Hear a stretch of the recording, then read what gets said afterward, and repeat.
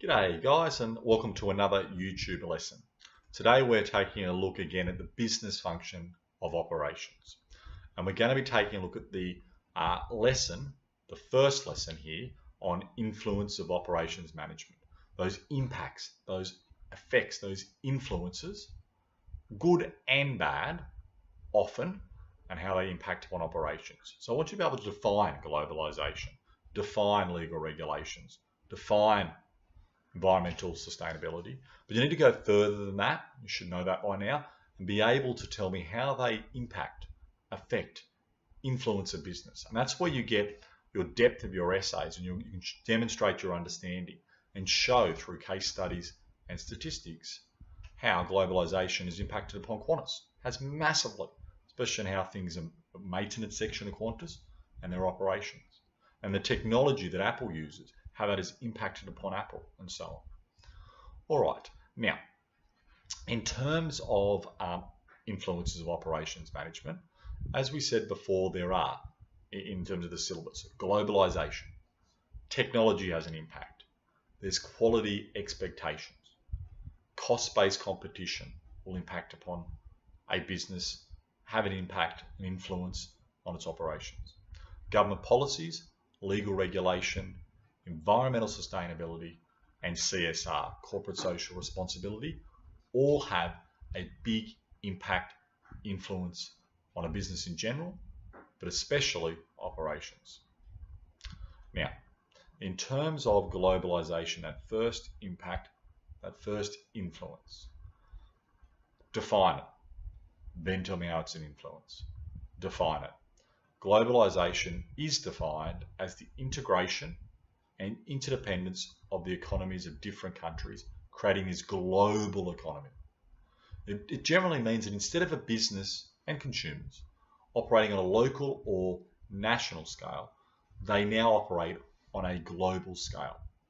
Back in the day, you used to buy things from your local city, your local area. Maybe you might go interstate. These days, I buy more stuff that's been made overseas, 100%, than I would somewhere close to home.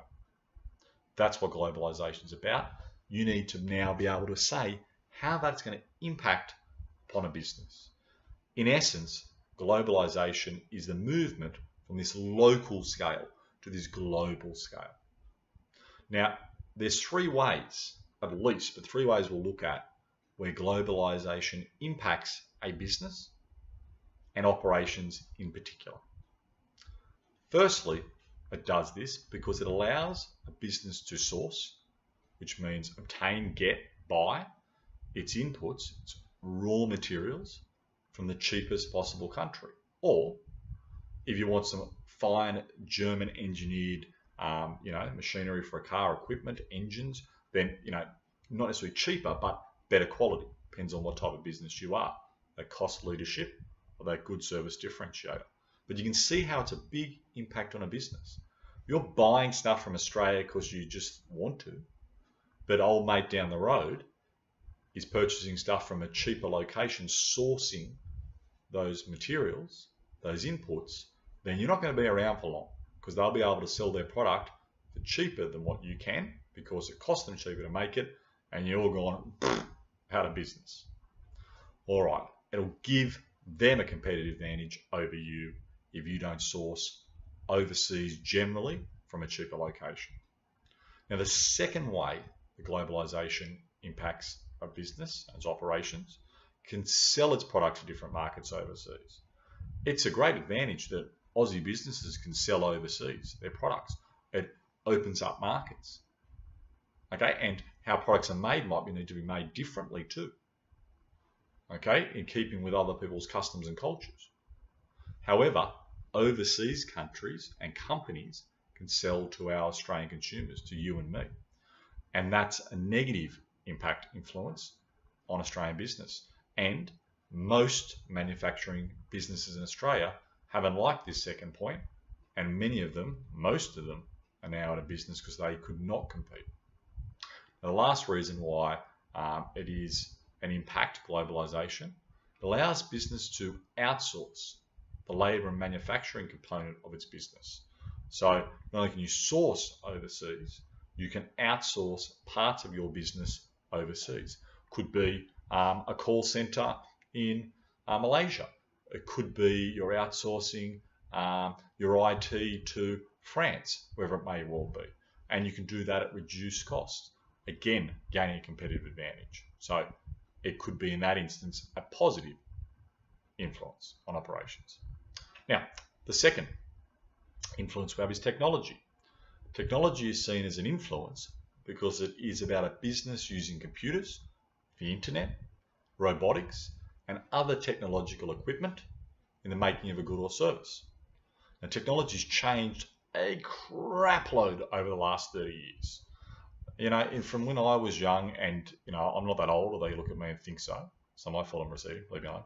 But in terms of technology, I mean, and the internet, it really didn't exist properly when I was even your age. When I was in, you know, year 11 and year 12, there was the internet, but it was sort of just dial-up coming in. When I was starting high school, there really wasn't any decent internet at all, even dial-up in homes. Maybe, you know, a school had one connection that, you know, students could rarely use, businesses rarely used it. So this technology has been very effective for some businesses. It's allowed them to be able to have workers working from home. But it's a double-edged sword. Business from overseas can now access our customers through eBay and other things, which meant that a lot of our businesses have struggled of recent. Manufacturing was first to die in Australia because of globalisation.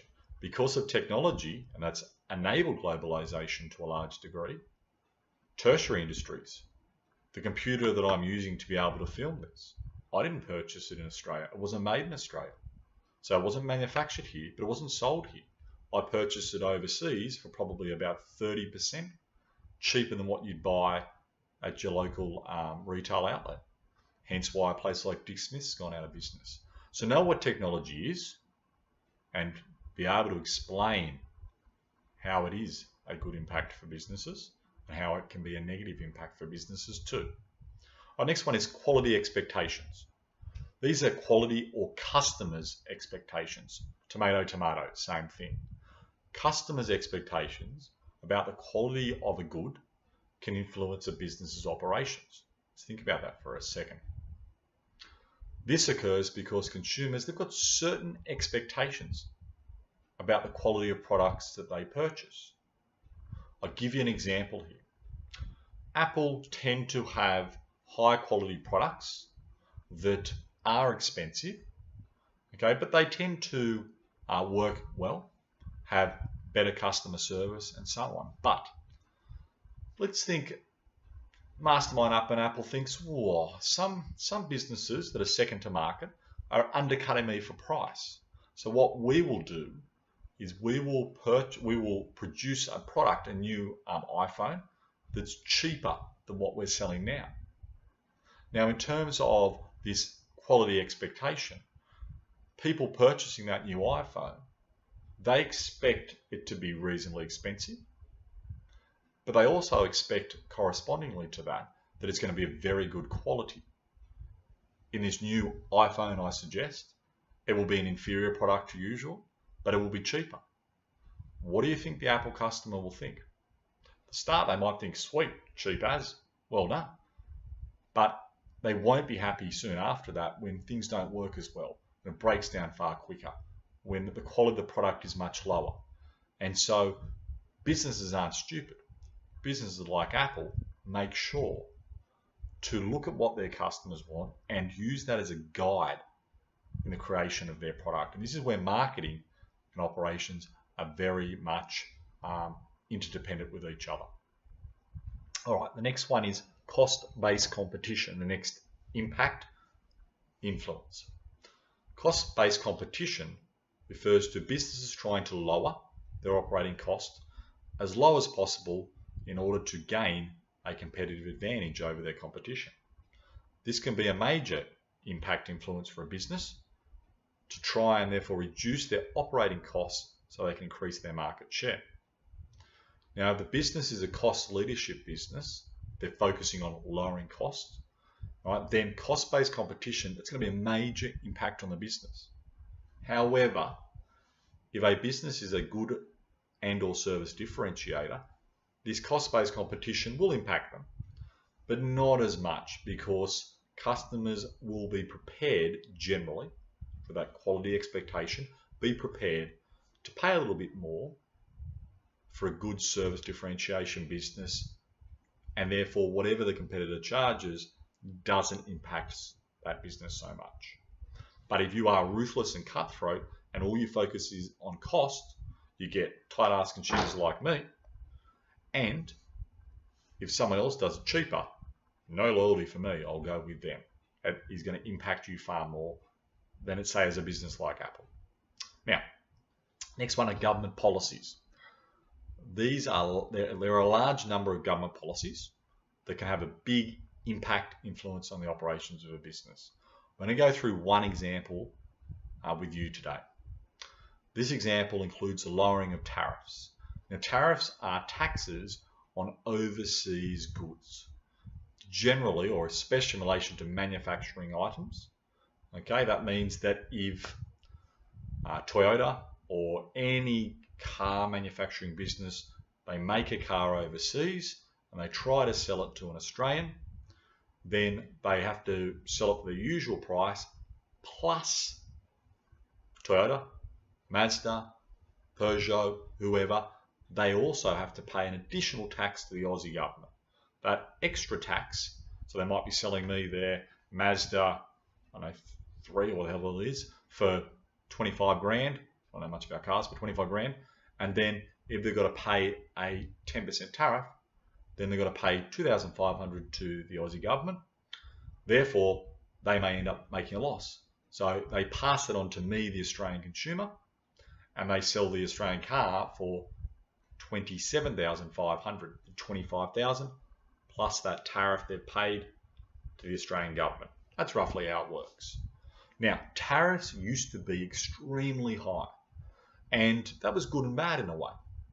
The government policy of Liberal and Labor a fair bit back in the day was to have high tariffs to protect Australian businesses.